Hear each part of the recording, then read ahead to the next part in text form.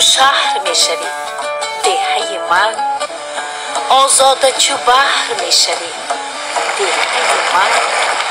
با عزم و تلاش مردمی با آرد غرق همه دهر میشوی دهه من.